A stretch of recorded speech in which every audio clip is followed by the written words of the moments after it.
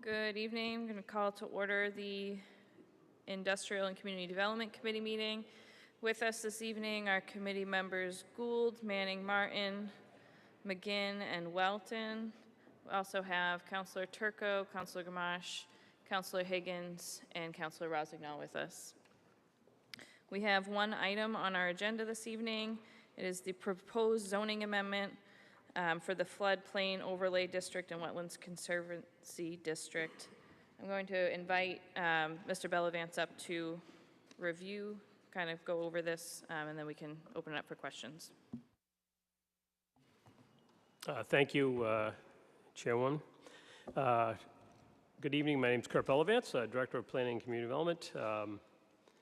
Happy to be here on this night, perfect night to talk about floodplains and flooding. Just to give you a background in regards to the floodplain ordinance that we have, Section 8.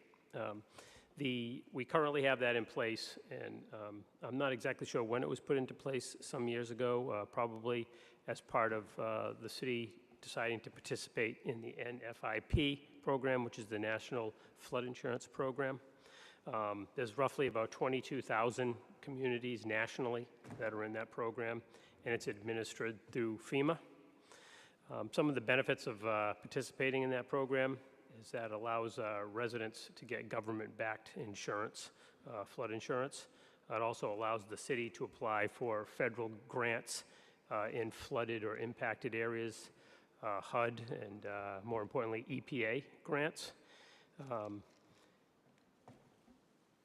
What it doesn't do is, what it does affects limited federal disaster assistance if you're not part of that. It also, you can't get mortgages through Federal Home Administration or Veterans Affairs. And then lastly, federal law actually prohibits FEMA from providing any flood insurance if you don't participate in this program. So that's a little bit of the background about the National Flood Insurance Program.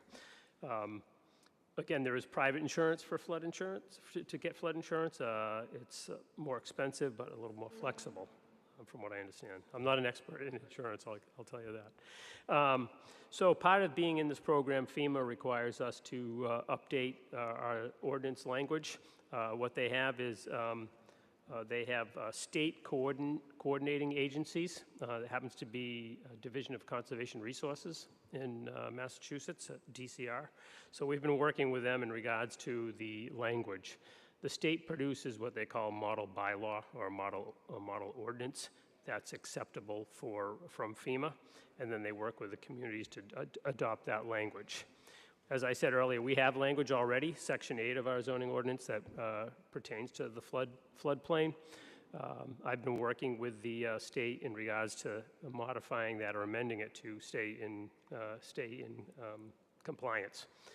So we were first notified back this fall in regards that the FEMA flood maps were changing, and that would we be required to update our ordinance. We submitted our first draft to the state in mid-January, and then began to get feedback in regards to that. Because we have floodplain ordinance, and the language they were adding was similar, it wasn't exactly the same. I tried to plug that into what we had so that it was similar, because I didn't want to repeat some of the language, or I ended up changing or modifying some of their language, but it meant the same thing. That didn't fly. They asked me to change that, include what they did. I attempted again with another draft with them, with some of those changes and modified. But still, again, they weren't satisfied with that. They wanted me to include all the specific language that was part of their model bylaw. So finally, and then in the meantime, we got a letter from FEMA stating that there were no significant changes in Essex County. We've been looking at the map. It's difficult to narrow it down to each property to look at that and see what the differences are in feet.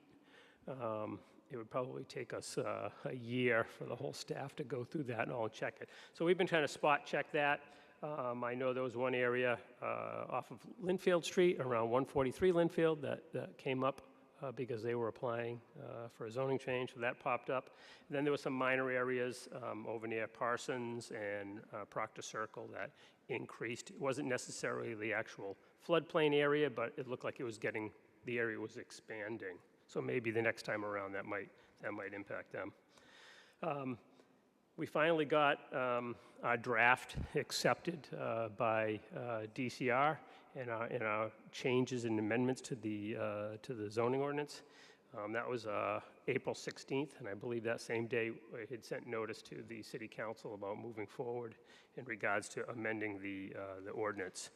I tried to turn that around quickly because we have a July 8th deadline to comply with FEMA's requests. So before you have the ordinance section, and I'll kind of go over this quickly, then you can ask me any questions that you may have. 8.1 purpose was updated and added the language that was required by FEMA, but I left in the language that we already had in our ordinance. 8.2, which is applicability, that stayed the same. 8.3 was a new section, definitions. They wanted us to require, they required us to put in definitions in regards to that. There were some definitions that we didn't, or words that we outlined that we don't actually use in the ordinance. I had asked the DCR if we could remove those. They had said several other communities had asked that, and they said no. So we needed to keep these words in. 8.4 was kind of the meat of the ordinance, where basically I took our language and kind of plugged in the language required by FEMA and DCR. I didn't remove our language, but really plugged in what they were requiring us to do. 8.5, which is variances, we briefly mentioned variances in our ordinance. They required a more extensive explanation of variances. Then section 8.6, 7, and 8 are all new. So those were all requirements from FEMA. One example of some of the language is that we imply that the building inspector kind of oversees this. They wanted us to specifically state that the building inspector is the floodplain administrator. As part of our floodplain ordinance, we also include the Wetlands Conservancy District. That did not change at all. There were a couple Scrivener's errors. We listed route number 1, and I had changed that to US 1, US Route 1. And then we had wildlife, and we changed that to wildlife. And for example, Councilor Turkle may live a wildlife, but in his backyard he may have wildlife. So we wanted to make sure we reference the correct word. So after we go through this process, and if the City Council sees fit in adopting the changes, we'll submit that language to FEMA. They will review that and hopefully approve that. And then they will notify us with what's called an LFD, or a letter of final determination. Lastly, these are just the minimum requirements. If we adopt this ordinance to remain in the program, we can actually adopt higher standards and be part of what's called a community rating system. That's sort of the next level if we wanted to achieve that. There's about 25 communities in Massachusetts that have that. They're mostly down the Cape or coastal communities, Hull, Situate, Marshfield, many communities down the Cape, Gloucester, places like that are impacted heavily by storms and flooding. So if we decide we want to move forward, that's something we can certainly look into in regards to that. That also allows you to get further reductions on your floodplain insurance if we decide to go that route. That's sort of a brief overview of the ordinance and what we're here for tonight, and happy to answer any questions. Thank you. Thank you, Mr. Bellavance. Do any committee members have any questions? Councilor McGinn. Thank you, Madam Chair. Through you to Mr. Bellavance, thanks for all your work on this. Sounds like your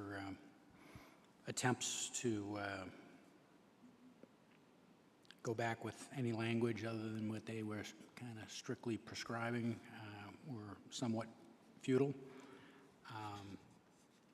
And I appreciate you working with me on this. I had some questions that I had conveyed to you ahead of time. Madam Chair, move to receive late 1. Councilors, you heard the motion to receive late 1. Any discussion? Seeing none, all in favor, any opposed? It's a vote. Councilor McGinn. Thank you, Madam Chair. The late 1 is some email back and forth between Kurt and I where I asked him some questions, and it also shows you the net changes that Mr. Bellavance described to you between the current language and the new language that's being proposed. So what he had originally given us is just all the new language, but this shows you the actual changes, which are fairly substantial.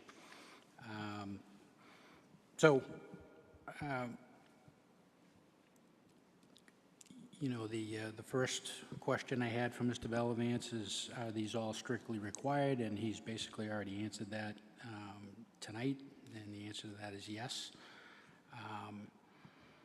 It appeared to me that the single biggest thing that we needed to do was to update the references to the proper maps, but that is definitely not adequate to satisfy the regulatory requirements. I did ask him to recheck these definitions because I did see several of them that were defined and not used, and as you heard from Mr. Bellavance, because I had raised that question, he asked again about that language and was told that other communities had also asked the same question and were told that we needed to put them in there anyway. That makes no sense to me, but I guess that's kind of a bureaucratic response. It doesn't really create any harm in the language. It's just definitions that dead end because they're not used anywhere in there.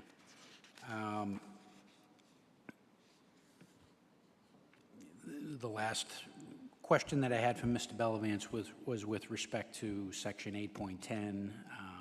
There was some section references that needed to be adjusted, which I suggested a change to, and he agreed with those changes. I just want to, for the record, Mr. Bellavance, you do agree with that, right? Section 810?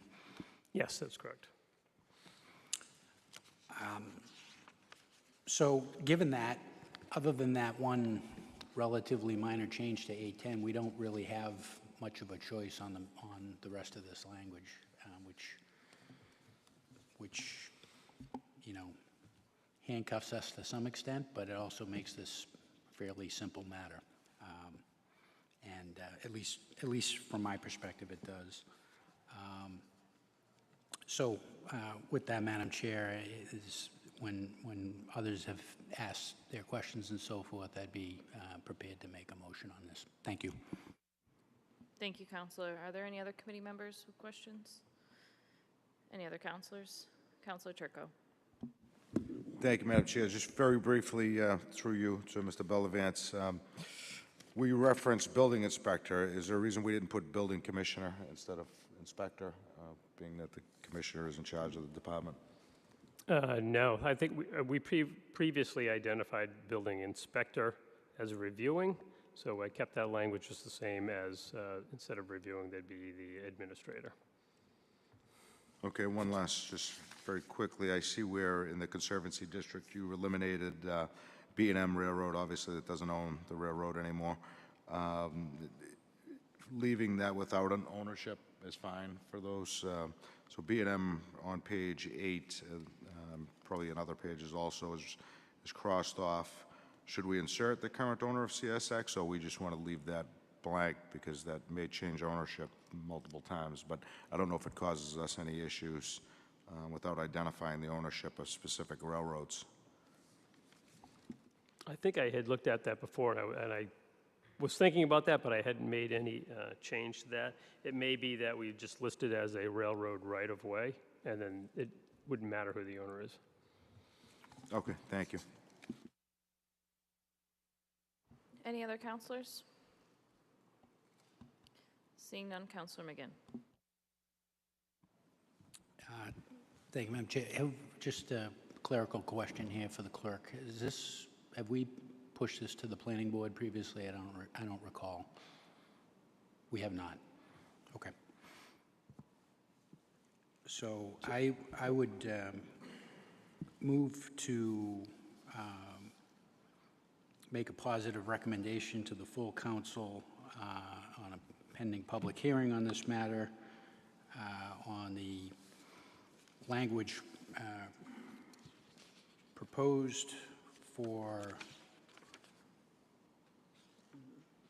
Section 8, Floodplain Overlay District and Wetlands Conservancy District by Director of Community Development, Mr. Belvance, in a correspondence to the City Council dated April 16th, 2025, making two additional changes addressing the change to Section 8.1 that is identified in late communication 1, and addressing the change raised by Councilor Turco to make generic the reference to the railroad right-of-way. And I would further add to the motion to also refer this matter to the planning board for a public hearing. So moved. Councilors, you heard the motion. Any discussion? Councilor McGinn, can I ask that you make the motion to draft and advertise at the same time, since we're under a time constraint to get this done before July 8th. We won't meet until after the 8th in July. Let me ask the clerk.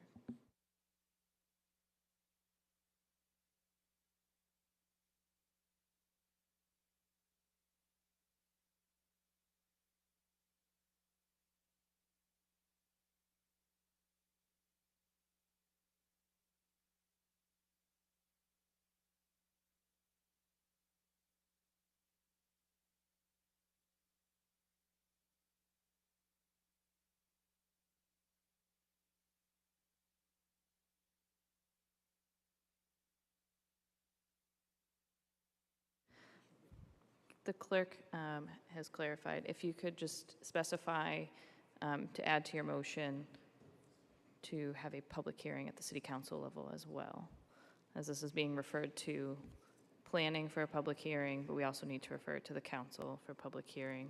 I did. I said it would be a positive recommendation for the public hearing on this matter. So I think it's in there. I think it's captured in the motion I made. But if it's not, clarify that, please. I'm getting the nod. We're good. Any further discussion on the motion? Seeing none, roll call vote. Councilors Gould, Yes. Manning Martin, Welton, Yes. McGinn, Yes. Peach. Yes. Motion carries 5-0. I'll entertain a motion to adjourn. We're adjourned.